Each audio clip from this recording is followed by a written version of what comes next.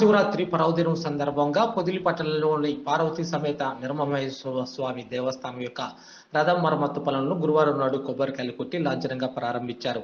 ఈ కార్యక్రమంలో దేవస్థానం ధర్మకర్త ఎక్కలి శేషగిరిరావు, రథ ఉపాధ్యాత సామత్పూడి నాగేశ్వరరావు, వైఎస్ఆర్ కాంగ్రెస్ పార్టీ నాయకులు అన్నా కృష్ణ చైతన్య, సానుకొమ్ము శ్రీనివాసరెడ్డి, మరిపూడి మండల పరిషత్ అధ్యక్షులు వాకా వెంకటరెడ్డి, దేవస్థానం కార్యనిర్వహణాధికారి మరియు ధర్మకర్తలు, వైఎస్ఆర్ కాంగ్రెస్ పార్టీ నాయకులు, కార్యకర్తలు తదితరులు పాల్గొన్నారు.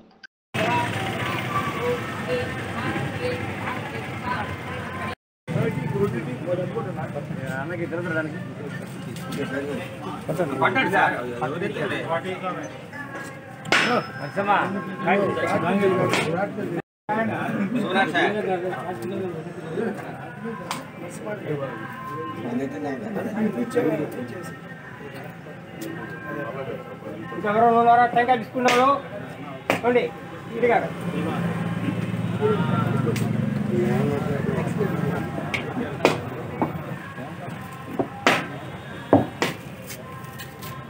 ముందుగా అసలు అంతా వీడియో